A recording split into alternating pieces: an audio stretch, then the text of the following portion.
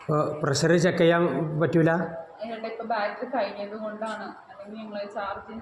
അപ്പോൾ ഇനിയിപ്പോൾ എന്താ നമ്മൾ ചെയ്യുക? അപ്പോൾ ഞാൻ ഇപ്പോൾ ഒരു തളക്കുന്നത് അടക്കാൻ പോയി വെച്ചിട്ട് വരികയാണ് ഇപ്പോഴേ. നിങ്ങൾ എന്നാൽ അങ്ങോട്ടേക്ക് വരുമോ? എവിടെ? ആശുപത്രിയിലേക്ക് വരുമോ? നോക്കിത്തരാം. PHC-യിലേക്ക് വരുമോ? അപ്പോൾ തല ഇറങ്ങിയിട്ട് വന്നുകാണ് ഇപ്പോഴേ പ്രഷർ നോക്കാൻ വേണ്ടിയിട്ടേ. ഇതിപ്പോൾ ഞാൻ അങ്ങോട്ട് വണ്ടി എടുത്ത് ഇനി ഓടണ്ടേ? പണി സ്ഥലത്ത് നിന്ന് തല കറങ്ങിയിട്ട് വന്നതാ? ആ, കച്ചവടം ഇതാ രാധ ചേച്ചിക്ക് അറിയാമല്ലോ അല്ലേ ചേച്ചിയെ? അപ്പോൾ ഇതൊരു ബാറ്ററി എത്ര മണിക്കൂർ വരെ നിൽക്കും? അങ്ങനെയൊന്നും അറിയാൻ മേല, എത്ര മണിക്കൂർ നിൽക്കും നമുക്ക് അറിയാൻ മേല. അല്ല, അപ്പോൾ എങ്ങനെ പെട്ടെന്ന് കഴിഞ്ഞെന്നാണ് ചോദിക്കണത്.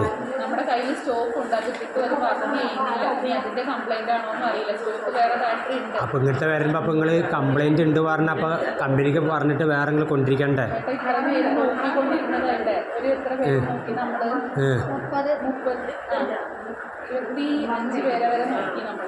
പക്ഷെ അങ്ങനെയല്ലേ, നമ്മളിപ്പോൾ ഒരു 10 ആൾക്ക് ഓപ്പറേഷൻ ഉണ്ട്, 9 ആൾക്ക് കഴിഞ്ഞിട്ട് 10ാമത്തെ ആൾക്കാർക്ക് ബാറ്ററി കഴിഞ്ഞ് ഓപ്പറേഷൻ ചെയ്യാൻ പറ്റില്ല പറഞ്ഞാൽ അത് നടക്കുമോ? അങ്ങനെയല്ല, ഒരു ഉദാഹരണം പറഞ്ഞാണ്. നമ്മളിപ്പോൾ ഒരു 10 ആൾ പരിശോധിച്ചിട്ട് 11ാമത്തെ ആൾക്ക് കറണ്ട് പോയി ഞാൻ പരിശോധിക്കില്ല പറഞ്ഞാൽ അത് ശരിയാണോ എന്ന് ചോദിക്കണത്? ഓക്കെ. അപ്പം എനിക്കിപ്പോൾ പ്രഷർ ചെക്ക് ചെയ്യണം. അപ്പോൾ നിങ്ങളിപ്പോൾ ഇവിടെ വാട്സപ്പിലൊക്കെ ഞാൻ കണ്ടിട്ട് വന്നതാണ്. അപ്പോൾ ഞാനിപ്പോൾ പ്രഷർ ചെക്ക് ചെയ്യാൻ എന്താ ചെയ്യുക? അപ്പോൾ നമ്മുടെ കൂടെ വന്നാൽ ഞാൻ അവിടെ നിന്ന് വേറെ ഉപകരണം എടുത്തിട്ട് ചെക്ക് ചെയ്ത് തരാം. അവിടുന്നോ? അപ്പം ഇനിയിപ്പോൾ ഞാനിപ്പോൾ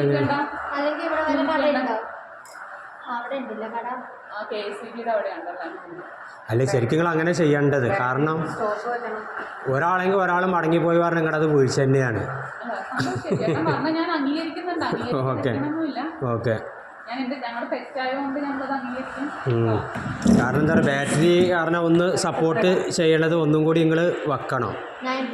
അപ്പോൾ ഞാൻ എന്താ ചെയ്യേണ്ടത്? നിങ്ങൾ ചേച്ചിയെ കിട്ടാണെങ്കിൽ വളരെ ഉപകാരമായിരുന്നു, ഒന്ന് ചെയ്തു തരുമോ?